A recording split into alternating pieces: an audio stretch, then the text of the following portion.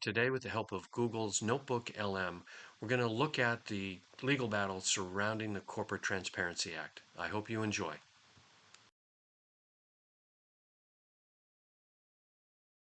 Everyone ready for another deep dive? Always. Okay, good. Because today we're going deep into a legal battle that's, it's got everyone talking.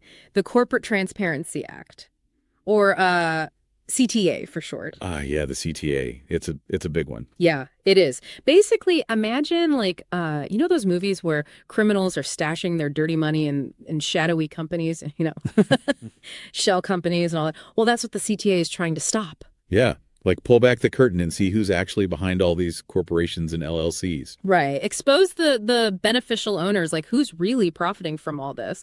And this information goes straight to the government, right? Mm-hmm. To help combat financial crimes. Right. And not just the super high level financial schemes you see in the movies. This could impact everyone. Oh, really? Yeah. Think about it. If you've got a small business, right? Maybe you're selling stuff online and suddenly you're competing with someone selling the same stuff, but way cheaper. Suspicious, right? Yeah, for sure. Well, they might be using a shell company to dodge taxes, giving them an unfair advantage. Wow. I never even thought about that. Yeah, it happens. Yeah. So the CTA is kind of like leveling the playing field, making things fair for everyone. Okay, so we're talking fairness, transparency, and stopping the bad guys. Sounds pretty straightforward, right? Yeah, you'd think so, wouldn't you? But then here's where things get interesting.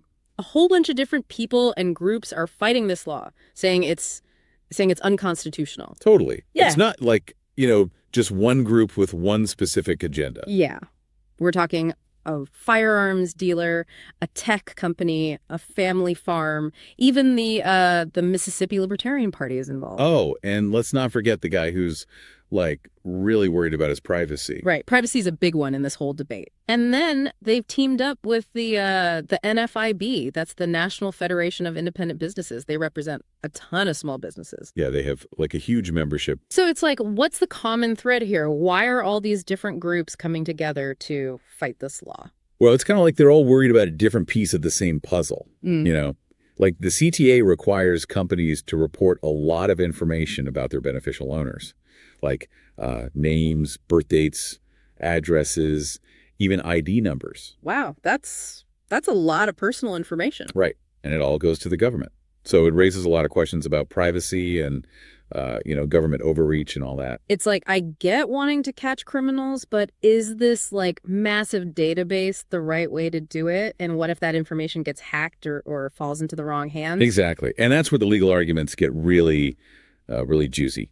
The plaintiffs, the ones challenging the law, they actually scored a big win back in December 2024, right before the CPA was supposed to go into effect. December 2024, so pretty recently. Yeah. The district court issued a nationwide injunction. A nationwide injunction? What does that mean? Basically, it's like hitting the pause button on the entire CTA, not just for those specific plaintiffs, but for everyone.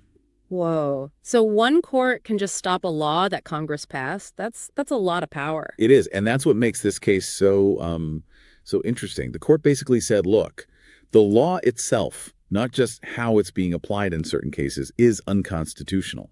So they're not just looking at individual cases, they're judging the entire law as a whole. Right. It's called a facial challenge. Okay, so it's imagine you're judging a pie eating contest, and instead of judging how each person eats their pie, you just declare the entire contest unfair based on the rules alone. Perfect analogy. That's exactly what happened with the CTA. Okay, I'm starting to see why this case is causing such a stir. It's not just about transparency. It's about the limits of government power and how our legal system actually works. Exactly. It goes way deeper than just this one law. And I bet the government isn't too happy about this whole injunction thing. Oh, they're definitely not taking this lying down. I bet. Yeah. The Department of Justice immediately appealed the injunction, right? Saying, hey, wait a minute. National security is at stake here. We need this information to fight financial crime. So it's like a classic showdown, individual liberties versus national security. You got it. And they brought up some pretty compelling examples, too. Remember the Panama Papers? That whole scandal with all the secret offshore accounts? Yeah, vaguely. Well, the government is basically saying the CTA could help prevent stuff like that from happening again. Right. They want to crack down on large-scale financial secrecy. So they're trying to close those loopholes, those cracks in the system. Right. And they're saying, look, this isn't just theoretical. This stuff is happening right now. We need the CTA to fight it. But didn't the plaintiffs say that complying with the CTA would be a huge burden on businesses? Like a ton of paperwork and all that? They did, yeah. They were worried about the cost and the time it would take to comply. Especially for small businesses, right? Especially for small businesses.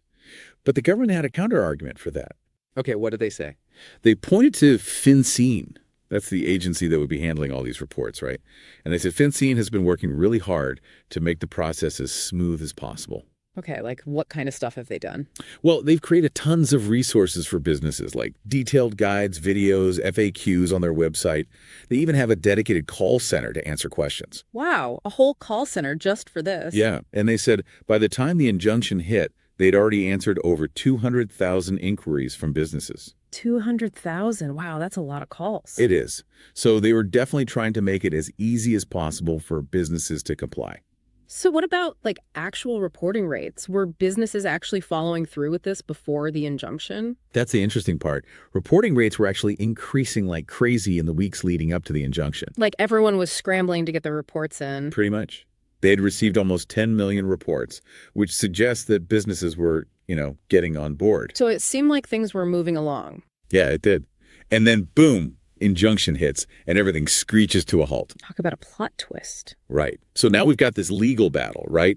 We've got concerns about privacy, concerns about government overreach, and the whole fight against financial crime is kind of like on hold, waiting to see what happens next. It's a real cliffhanger. So where does this legal roller coaster take us next? Well, that's where things get even more interesting.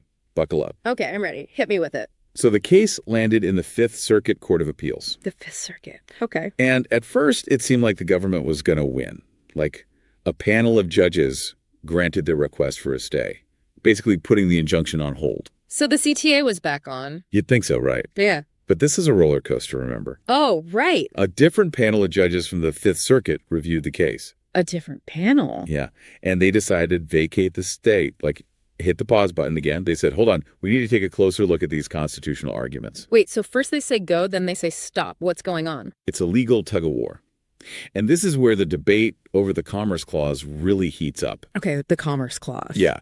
The government's argument is basically that owning and operating a business, even anonymously, is an economic activity. And because of that, they have the power to regulate it under the Commerce Clause. So if it affects the economy, it's their business. Exactly. And they're actually using a similar argument from a really famous case, Wickard v. Filburn. Wickard v. Filburn. Okay. It's a landmark case that really broadened how we interpret the Commerce Clause. It was about a farmer growing wheat. A farmer. How does a farmer relate to all this? Well, the farmer was growing wheat for his own use, right? Not selling it or anything. Yeah. But the court said that even that could impact the national wheat market. So it fell under federal regulation. So even though he wasn't selling the wheat, it could still affect interstate commerce. Right. And the government's trying to apply that same logic to the CTA. I see. So they're saying that even anonymous shell companies, just by existing, can impact the economy. Exactly. But, of course, the plaintiffs are pushing back. They're not just going to sit there and take it. Yeah, they're saying this goes too far. They're arguing that the CTA isn't really about regulating commerce. It's about creating this huge database of personal information. So it's not just about tracking money. It's about the potential consequences of giving the government so much information about individuals. Right.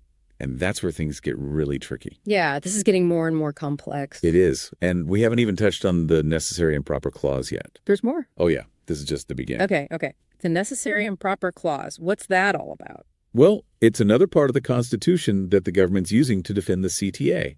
Basically, they're saying that the CTA is necessary to fight financial crime, which is something they have the power to do. Okay, that makes sense. But what are the plaintiffs saying about that? They're basically saying, hold on a second. If you can justify this kind of intrusion into our privacy for this reason, where does it end? It's like, what's next? Are they going to start demanding even more information? Right. It's that classic slippery slope argument. Like, if we give them an inch, they'll take a mile. So it's about more than just the CTA itself. It's about setting a precedent for future laws and, the balance of power between the government and individuals. Exactly. And that's why this case is being watched so closely. It could have huge implications for all sorts of things, not just corporate transparency. This is getting pretty intense. So we've got all these legal arguments flying around, but let's zoom out for a second. What about the international angle? You mentioned the U.S. is part of that organization fighting money laundering, FATF. Oh, yeah, FATF, that's a big one. So how does the CTA fit into all that? Like, what are the global implications of this case? Well, FATF basically sets the standards for how countries should be fighting financial crime. And they've been telling the U.S. for years that they need to do better when it comes to beneficial ownership transparency. Like the U.S. is slacking off. Kinda, yeah. The U.S. has been relying on a bunch of different state laws, which haven't really been effective, and FATF has been calling them out on it. So it's like the U.S. is showing up to an international meeting, where everyone's supposed to be bringing their A game, and they're just like phoning it in. Pretty much. And it's making them look bad on the world stage. I bet. Like they're trying to be a leader in the fight against financial crime, but they're not even following the rules themselves. Exactly. And it's not just about looking bad. There could be real consequences for the U.S. if the CTA doesn't go into effect. Oh, like what? Well, for one thing, it weakens their position within FATF. Other countries might not be so eager to cooperate with them on investigations if they think the U.S. isn't serious about tackling this issue. So it's like trying to be the captain of a team, but you're not following the same rules as everyone else. Yeah, not a good look. And then there are potential economic consequences, too. Like, the U.S. could face increased scrutiny from FATF, which could hurt their financial system. It could even make it harder for U.S. businesses to operate internationally. So it's a lose-lose situation, damaged reputation, and economic fallout. Pretty much. So, yeah, the Justice Department definitely had a point when they said the stakes were high in this case. Okay, so we've got global pressure, national security concerns, and all this legal back and forth. But I want to circle back to something that's been bugging me this whole time. The nationwide injunction. Ah, yeah, that's a big one. Like, I still don't get how one district court judge can just stop a law that Congress passed. It just seems, I don't know, kind of crazy. It is a pretty powerful tool. And it's actually being used more and more these days. Oh, really? Yeah. Some legal experts think it's a good thing, like a necessary check on the government's power. But others are worried that it undermines the whole legal process. So it's like a double-edged sword. That's a good way to put it. Like, it can be used to protect individual liberties, but it can also create chaos and uncertainty. Yeah, because everyone's just kind of stuck waiting to see what happens, right? Right. And that's why this case is so important. It could set a precedent for how these nationwide injunctions are used in the future. So the stakes are high, not just for the CTA itself, but for how our whole legal system works. Exactly. It's a big deal. Okay, so we got all that going on, but let's talk about the plaintiffs again, this whole group that's fighting the CTA. What are their main concerns? Like, what's motivating them to challenge this law? Well, like we've been talking about, it's a pretty diverse group, right? You've got businesses, individuals, political organizations, but it seems like a lot of their concerns kind of boil down to a few key things. Yeah, definitely. Privacy is a huge one, like we talked about earlier. Right. That whole thing about creating this massive database of personal information. Exactly. They're worried about that information being misused, whether it's by hackers or even the government itself. Yeah, it's like, I get wanting to stop financial crime, but at what cost? Right. What if this information ends up being used to target people or, I don't know, even stifle dissent? It's a valid concern. And they're pointing to historical examples, too. Times when governments have collected data for seemingly good reasons, but then later used it for, more nefarious purposes. It's like that saying, the road to hell is paved with good intentions. Exactly. Just because something is designed for a good purpose doesn't mean it can't be used for bad things. And that's a big part of what this debate is all about. So privacy is a biggie. What else are the plaintiffs worried about? Well, another concern is the burden of compliance.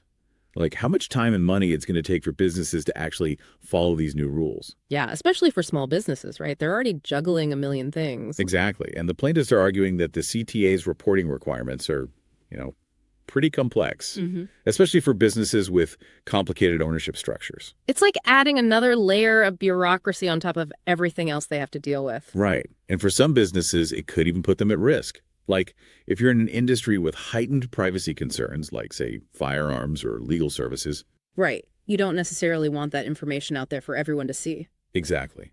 And then there's the broader issue of federal overreach. Like some of the plaintiffs are arguing that this is really a matter of states' rights, that the federal government is stepping on the toes of states when it comes to regulating businesses. So it goes back to that age-old debate about how much power the federal government should have. Yep. And that's a debate that's happening not just in the courts, but in society as a whole. It's crazy how this one case has sparked so much discussion, you know?